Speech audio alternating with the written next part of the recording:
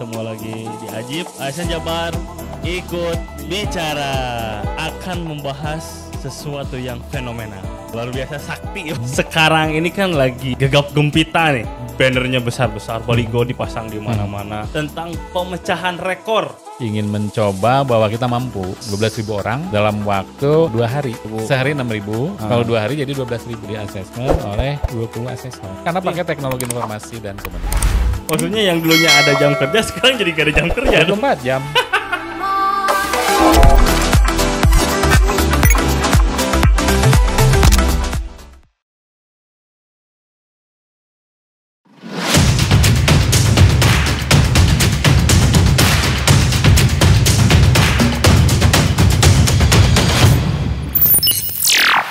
Halo, assalamualaikum warahmatullahi wabarakatuh. Akang Teteh ketemu lagi di Ajib ASN Jabar ikut bicara. Episode kali ini kita kedatangan tamu yang luar biasa, yang spesial, dan akan membahas sesuatu yang fenomenal. Kira-kira seperti itu Pak ya? Biasa di luar kali. Biasa di luar. Bapak Dudi luar biasa. Tepuk tangan dulu dong. Beliau ini sudah nggak asing lagi lah ya untuk di kalangan ASN mungkin Pak ya. Bapak udah senior. Sudah pensiun. Belum diperpanjang. Sudah senior, sudah malang melintang di mana-mana. Udah berapa OPD Pak? OPD beda 18 tahun. Setda 5 tahun dulu. Setda. Terus distrik setahun, koperasi Diskominfo 6 tahun. Diskominfo ya, Diskominfo. Terus koperasi 3 tahun. Terus kemarin terakhir di Asda 3 tahun. 35 tahun. Luar biasa. Dan sekarang Bapak ini menjadi asesor di BKD Provinsi Jawa Barat. Asesor utama ya. Asesor utama karena pangkatnya sudah utama 4E. Udah mentok. Dari mana coba 4E saya dapat? Dari pingpong saya tahu. Karena harus eselon 1. Iya. Prof Jabar itu struktural. Sekda itu ya. Sekda cuma 1. Kalau harus 4E harus jadi dirjen, sekjen, staf ahli. Iya. Dari pingpong. Penghargaan. Iya. Kan luar biasa. Luar biasa. Iya. Emang luar biasa sakti.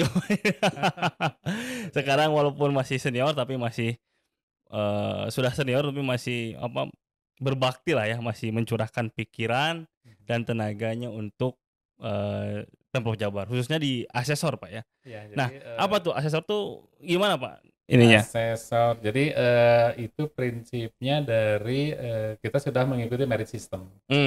Sistem kepegawaian merit system. Nah, salah satu merit system itu juga dipersyaratkan harus punya metode assessment center. Assessment center untuk mengukur kapasitas, potensi, terus potensi kinerja sama preferensi ASN. Nah, itu kan harus diukur datanya. Jadi, kita itu diukur data orang itu diukur. Ada yang fisik, tinggi badan, berat badan, rambut dan sebagainya. Ada juga yang disebut dengan dari dalamnya, karakter, psikologisnya gitu ya. Nah, assessment center itu mengharuskan ada asesor. Nah, kebanyakan di sini sudah ada kan, sudah dirintis. Itu kebanyakan dari psikologi, background pendidikannya. Dan kebanyakan perempuan lagi. Saya masuk ke sini laki-laki sendiri. Sekarang udah ada teman kan, ada Pak Daud. Ada Pak Daud, alhamdulillah. Nah, tapi yang diasesi berarti asesi ya sebutannya. Asesi untuk yang di asesmennya. Untuk yang diasesi, untuk asesinya tidak hanya PNS Pemprov Jabar itu Pak. Kalau kita fokus ke Pemprov Jabar, tapi kita banyak minta membantu kabupaten kota. Bahkan artinya, provinsi lain. Artinya kalau misalnya daerah lain minta bantuan, dari kita siap untuk membantu. Insya Allah ya, tenaga kita sudah cukup lumayan. Anak asesor di sini ada 8 orang perempuan semua ya, dan background pendidikannya sudah memadai. Nah, terakhir juga ada ASN sekarang yang lagi ada Latsar ya. 8 CPNS, orang lagi CPNS. Itu 8 orang lagi dan perempuan semua dan S2 semua. Kenapa asesor harus perempuan? Mungkin background pendidikan psikologi ya. Kebanyakan yang memilih ya. Yang memilih psikologi biasanya kebanyakannya perempuan. Iya. Geologi laki-laki, STPDN laki-laki. Nah Pak, sekarang ini kan lagi gegap gempita nih, di mana-mana kan di bannernya besar-besar, baligo dipasang di mana-mana, di Instagram juga di YouTube. Heboh lah ya. Expose ya, heboh tentang pemecahan rekor. Iya. Nah, apa Pak yang dipecahkan ini bisa diceritakan? Jadi hari ini sekarang berlangsung ya. Sedang berlangsung. Dari tadi pagi, besok sampai besok. Nah kita ingin sebetulnya pemecahan itu hanya efek sampingnya aja ya. Tujuan intinya kan ingin mencoba bahwa kita mampu untuk melakukan asesmen secara serentak dan banyak. Banyaknya itu kita hitung 12.000 ya. 12.000 orang dalam waktu 2 hari. Nah 2 hari itu dibagi 4 sesi. Jadi satu sesi itu setengah hari lah. Misalnya dari pagi jam 8 mulai sampai jam 12. Istirahat nanti jam 2 sampai jam sore. 4 jam. Jadi satu sesi 3 jam. Satu sesi. 3.000. 3.000 orang yang di asesmen, terus jadi sehari itu 6.000. Sehari 12.000, sehari 6.000. Sehari 6.000, kalau 2 hari jadi 12.000. 12.000. Jadi 2 hari itu 4 sesi kan ya? Iya. Satu sesi pagi, siang, 3.000, 12.000 ya. Nah 12.000 ini di asesmen oleh 20 asesor. 20 asesor. 20 orang asesor. Mengakses 12.000 orang. 12.000 orang. Jadi per sesi kan 3.000 ya. Dibagi 20, satu orang itu 150 asesi. Luar biasa. Itu 12.000 banyak orang tuh Pak. Banyak banget. Kenapa coba? Karena pakai teknologi informasi dan komunikasi ngukurnya. Oh, jadi pelaksananya pakai berbeda-beda tempat gitu. Berbeda tempat. Sekarang ada kabupaten kota di 27 kabupaten kota serentak. Bahkan di Sulawesi Selatan, Makassar, bahkan ada Sulawesi Selatan. Ada yang ikut gabung dengan kita. Ada juga di Magelang sama Purworejo kalau nggak salah ya. Ada beberapa kabupaten yang ikut serta juga. Nah, nggak mungkin lah 12.000 di satu tempat, misalnya di mana ya, di stadion di Arca Manik gitu. Terus, pakai teknologi informasi dan komunikasi (ICT). Jadi memang si asesornya tidak bertatap muka, berarti ya? Pakai virtual meeting, virtual Zoom lah, pakai ya aplikasinya pakai Zoom. Nah, sekarang yang asesornya ada di sini. Kerja di sini. BKD ada 20 orang tersebar di masing-masing tempat. Yang asesinya di tempat asesinya di masing-masing kabupaten kota. Yang pasti Jawa Barat 27 kabupaten kota. Terus OPD di kita. OPD ada sekitar 50 OPD di masing-masing kantor. Seperti itu.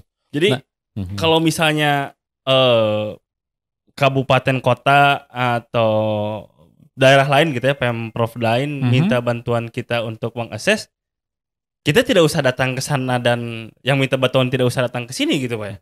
Nah, kalau yang kompetensi, preferensi, potensi, kompetensi, preferensi itu mungkin. Nah, cuma mungkin hanya untuk tingkat dasar. Untuk pelaksana ya. Bolongannya juga 3A seperti itu ya. Nah, tapi kalau yang tingkat madya mungkin itu kan butuh wawancara.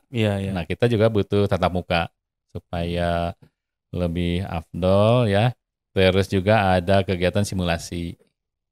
Nah, ke depan mungkin kita juga sedang memikirkan ya simulasinya pakai simulator digital misalnya. Maksudnya gimana tuh Pak simulator? Nah, kalau inilah Kang Budi pernah main game F1. Ya. Main F1. Itu kan jelas itu kan tuh. Digital. Kayak gitu kan ya. Ada setirnya gitu kan. Nanti kalau nabrak kita kena goncangan dan sebagainya. Getar-getar. Nah, nanti simulasi di asesor juga ya mungkin nanti ada yang memikirkan ya. Tapi arahnya udah ke sana gitu. Nah, kalau saya mengusulkan arahnya ke sana, tapi sekarang kan belum ya. Sekarang baru yang fisik-fisik seperti itu. Kalau nanti kan mengukur psikologis itu kan harus ada metodenya seperti apa. Ya, saya pikir nanti ada yang memikirkan kan sangat mungkin bisa pakai virtual meeting. Nah, oleh sebab itu mungkin kalau yang tingkat dasar sangat mungkin di sini pakai ICT ya, pakai meeting virtual meeting. Tapi kalau tingkat yang lebih tinggi kita butuh simulasi, butuh wawancara yang langsung. Nah itu belum lah sampai ke arah sana. Untuk kedalamannya harus tetap kita tetap buka. Seperti itu. Jadi yang dilakukan asesmen saat ini hanya data dasar yang diambil gitu. Data dasar, potensi, kompetensi dan preferensi tentang orang. Ini kegiatan memang sudah direncanakan dari dulu, maksudnya gini Pak, apakah khususnya saya mau, misalnya Bapak nih iseng, maksudnya bukan iseng, apa gimana ya? Saya mau memecahkan rekor gitu, atau memang ini sudah direncanakan? Direncanakan setahun yang lalu. Memang rencananya 1.200 ini gitu.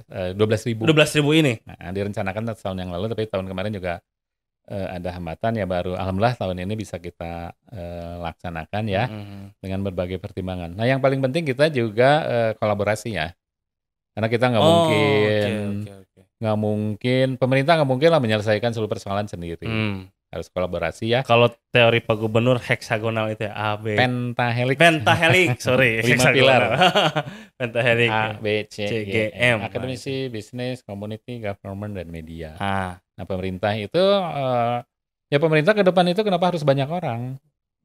Harus banyak orang? Kenapa harus banyak orang? Sedikit tapi kualifikasinya harus tinggi. Ibaratnya ini Erwin Gutawa. Ya, di MS, konduktor. Iya. Beliau bisa main band, main gitar, main piano dan sebagainya. Tapi beliau memimpin para pemain untuk sekian ratus orang misalnya untuk membuat orkestrasi yang harmoni. Ya. Itu kan butuh pemimpin. Nah, pemerintah itu ibaratnya kayak begitu. Kenapa harus banyak orang? Pemerintah sedikit tapi kualifikasi orang itu harus tinggi. Dari sisi pendidikan, dari sisi profesional itu ada 3 ya, ada pendidikan, knowledge, skill, yang paling penting attitude-nya juga seperti itu. Nah, balik lagi yang ini Pak, yang terlibat di asesmen ini siapa aja berarti Pak? Ada asesor independen juga. Oh ada dari luar, dari mana itu Pak? Dari perguruan tinggi ya, yang biasa sudah bantu kita. Terus kita juga di Bandung ada namanya tes publisher namanya ya. Mempublish alat-alat ukur yang baru di seluruh dunia. Alat ukur mengukur orang. Tools untuk mengukur asesmen ini. Iya. Diciptakannya di Bandung. Ya orang banyak yang menciptakan. Terutama orang Bandung, Jawa Barat, Indonesia. Diciptakannya di Bandung. Tapi tadi dunia dipublish. Publishnya. Dipublish di seluruh dunia di media global. Nah di Bandung ada, itu katanya mungkin baru di ASEAN baru 1. Di Asia? Di ASEAN. Asia Tenggara. Asia Tenggara baru 1 itu, dan itu salah satu yang bantu kita juga. Sekarang nih yang sekarang ini karena ini alat ukur, untuk mengukur itu alat ukur kan dinamis. Berubah-ubah ya pasti. Dan kita harus update ya. Iya. Nah, anak-anak ini milenial itu bedanya seberapa puluh tahun pasti beda lah dari sisi pengetahuan dan lain-lainnya pasti beda. Harus seperti itu, harus berbeda. Harus update. Tindak lanjut dari kegiatan ini apa Pak? Kan mungkin tidak hanya sekedar iseng-iseng tadi Pak ya, tidak iseng-iseng kita pengen memecahkan rekor, enggak. Iseng-iseng berhadiah. Iseng-iseng. Pasti ada tindak lanjut dari kegiatan ini. Yang paling penting gini, kita bahwa satu, kita sudah menerapkan merit system. Terus kita sudah punya assessment center metodologinya. Nah, yang kedua juga kemarin kan kita pengalaman di pandemi Covid 2 tahun kita bisa memanfaatkan ICT untuk bekerja. Termasuk juga untuk assessment center itu harusnya kita bisa memanfaatkan ICT, teknologi informasi dan komunikasi, information and communication technology. Harusnya bisa dimanfaatkan. Nah, kita hanya ingin menunjukkan bahwa kita sudah menerapkan merit system, sudah ada assessment center, dan selama ini kita sudah memanfaatkan ICT untuk assessment, tapi untuk yang dasar ya. Nah, sekarang kita ingin tunjukkan dalam situasi yang lebih masif lagi, lebih banyak lagi. Kita ingin tunjukkan, makanya kita kerjasama, salah satunya misalnya yang bantu kita untuk ICT kan Diskominfo. Mereka ahlinya, kita juga nggak ngerti lah ya. Fasilitas mereka yang kita manfaatkan. Saya dulu pernah di Diskominfo, mereka sudah punya fasilitas untuk servernya, untuk PON dulu. Oh iya, yang harusnya masih bisa dipakai. Untuk 12.000 itu kan juga dalam waktu yang bersamaan ya, itu kan komunikasi IC itu dipakai gitu berbarengan. Karena pakai Zoom itu kan pasti mengkonsumsi dari sisi bandwidth pasti tinggi. Seperti itu. Nah, kita ingin tunjukkan harusnya bisa kita menggunakan seperti itu. Kan Jabar pengen juara. Dan sudah terbukti bisa gitu Pak. Sekarang sudah berjalan. Alhamdulillah. Ya mohon doanya ya. Mudah-mudahan sampai besok kita bisa. Amin. Berjalan dengan lancar, dan kita ingin juga membantu ya provinsi lain, kabupaten lain untuk percepatan pemanfaatan merit system ini, assessment center ini bisa berlanjut di provinsi-provinsi atau di kabupaten kota yang lain. Dari Jawa Barat untuk Indonesia itu Pak. Insya Allah seperti itu ya. Jadi selain dari memecahkan rekor, tapi pesan yang ingin disampaikannya Kang Teteh ternyata bahwa sebetulnya kita bisa melakukan hal-hal yang luar biasa dengan memanfaatkan ICT tadi Pak ya. Dulu mungkin Kang Budi pernah ikut tes ini nggak Pak? Tes pengadaan barang jasa? Belum Pak. Belum ya? Iya. Itu kalau minat sih Pak, banyak sekarang peminatan bidang itu kan. Dulu awal-awal itu dulu Bappenas ya namanya apa ya? LKPP kalau nggak salah. LKPP. Nah kalau dengan cara-cara manual, wah kapan selesainya? Nah mereka juga membuat tempat aplikasi dengan catatan kita harus masih ke Jakarta. Di Jakarta karena untuk jaminan kalau supaya nggak nyontek di Jakarta. Terus ikut tes, hasil mungkin setengah hari lah atau kurang ya. Hasilnya langsung keluar, hasil tes. Lulus atau nggak lulus. Iya. Itu satu. Yang kedua kan Kang Budi ini ikut CPNS yang CAT. Iya, saya ikut. CAT pertama Pak. Oh, itu kan merasakan betul. Kelinci percobaan saya. Kan merasakan betul ya? Iya. Di Atsamanik. Enggak, saya waktu itu di PDN. Di PDN. Yang di Atsamanik kan dulu waktu saya di S3 kan ikut ini juga, ikut bantu. Nah di sana kan pasang komputer lah di satu tempat, di hall gitu. Terus mereka kan ikut ujian, terus hasilnya hari itu juga udah ketahuan. Iya. Hasilnya, terus kalau ada formasi berapa, yang diterima berapa, kita udah bisa tahu kita bakal keterima atau enggak. Berarti Pak, kegiatan asesmen ini teknologi generasi ketiga gitu ya. Kan pertama manual, kemudian yang tadi ngumpul di satu tempat pakai komputer LAN bareng-bareng.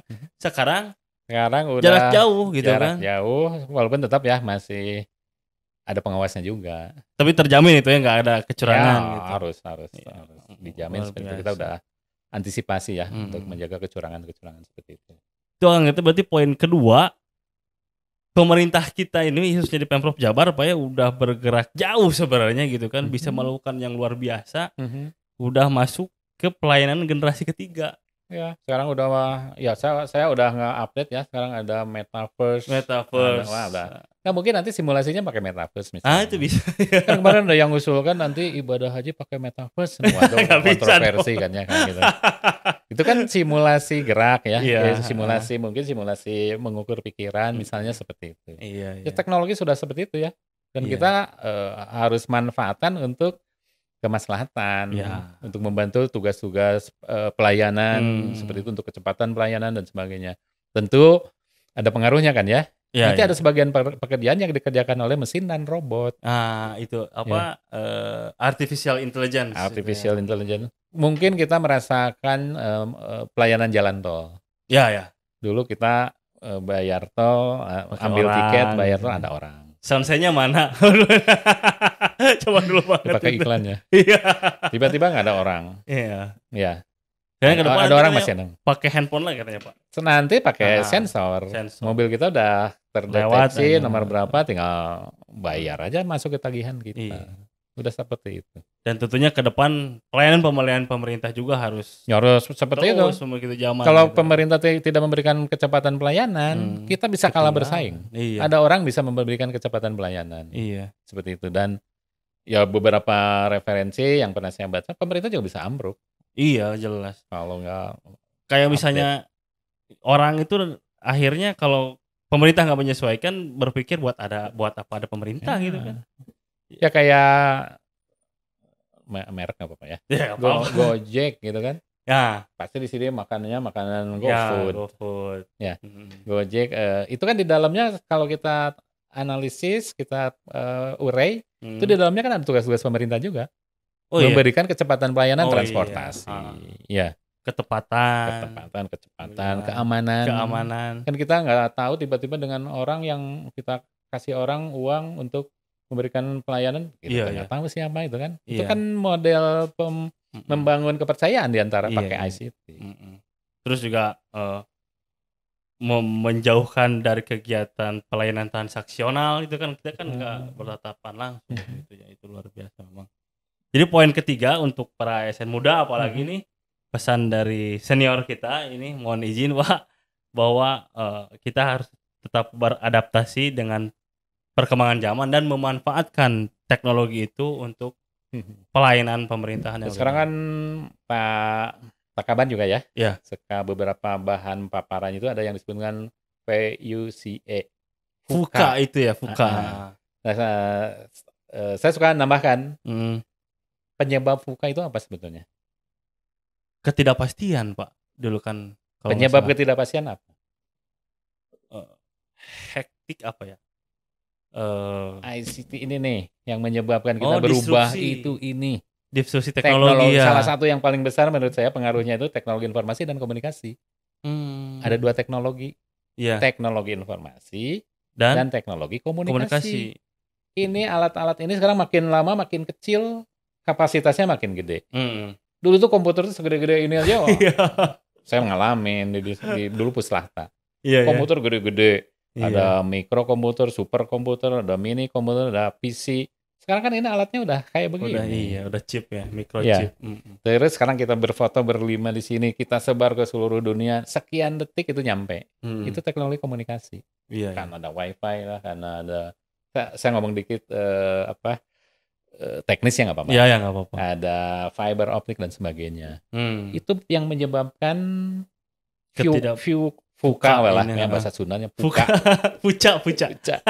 Itu yang menyebabkan itu kehidupan kita itu gara-gara itu.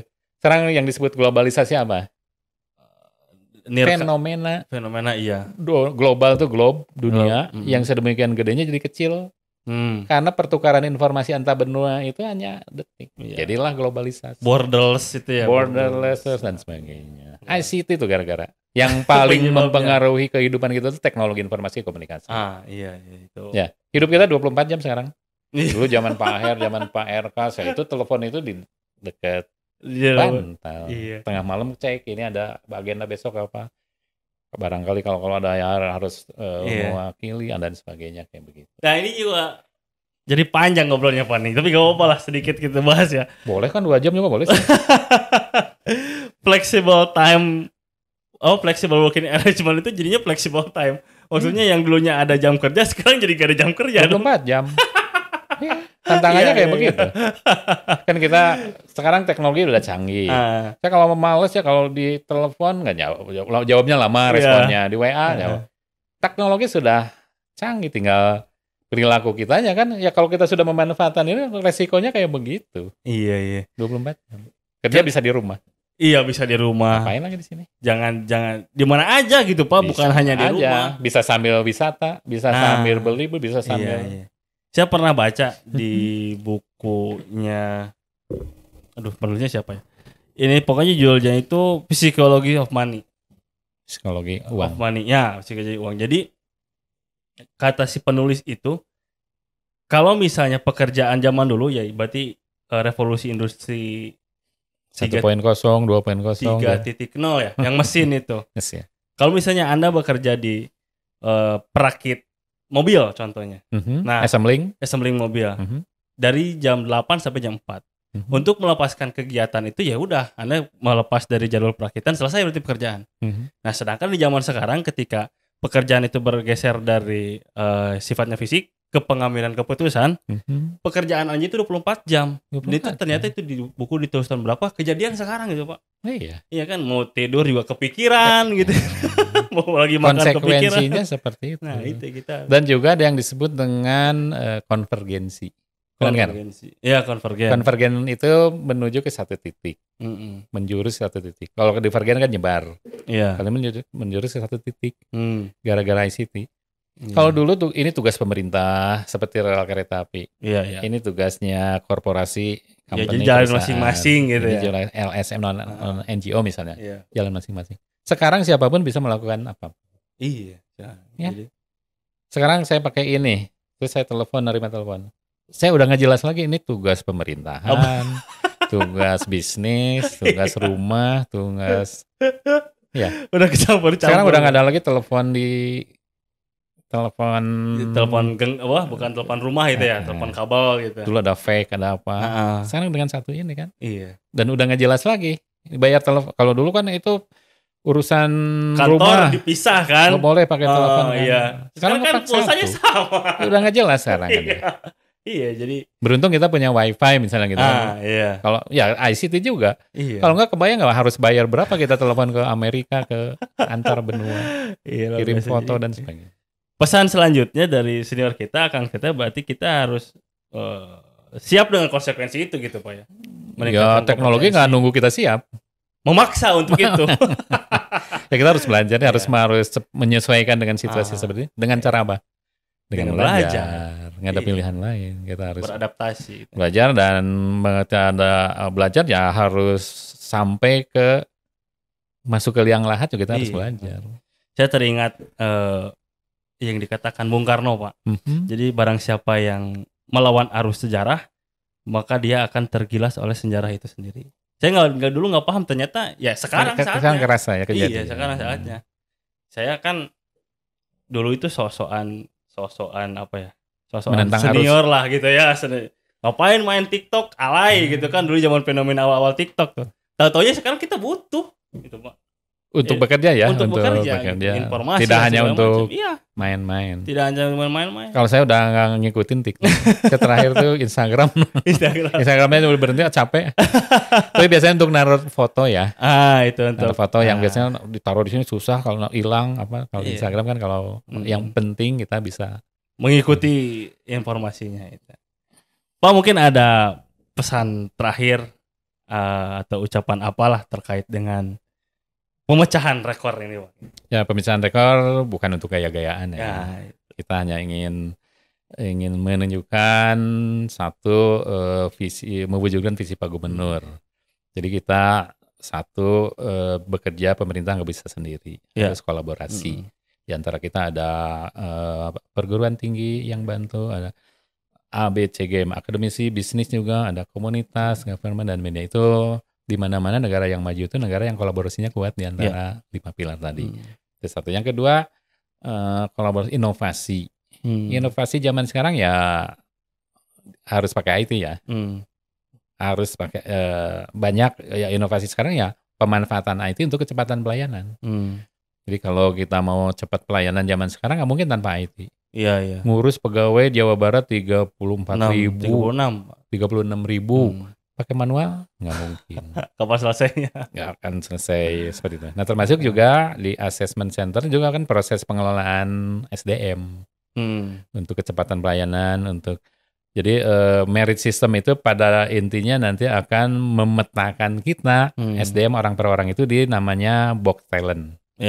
Box 1, 2, 3. Jadi pertemuan antara kompetensi dengan kinerja, potensi dengan kinerja, itu antara rendah dengan rendah, tinggi dengan tinggi, ekstrimnya, itu mempertemukan satu box.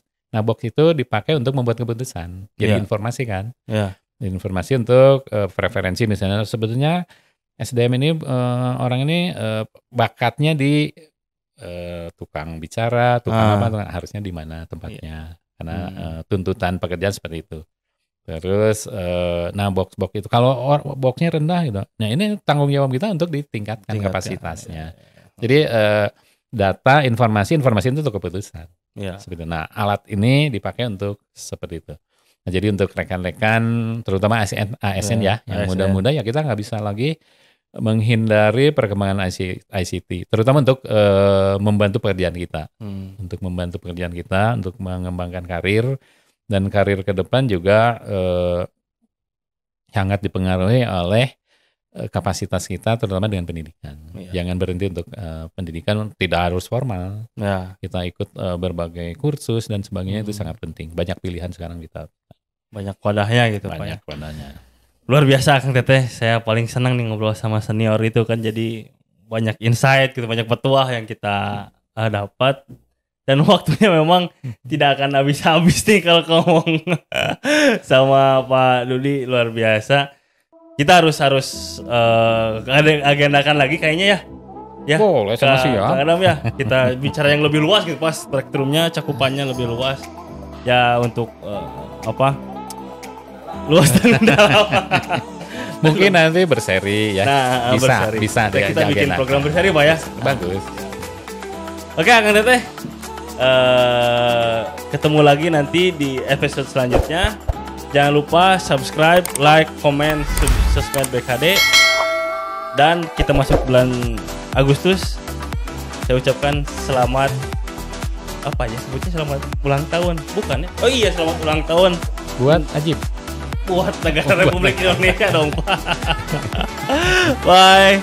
Assalamualaikum warahmatullahi wabarakatuh.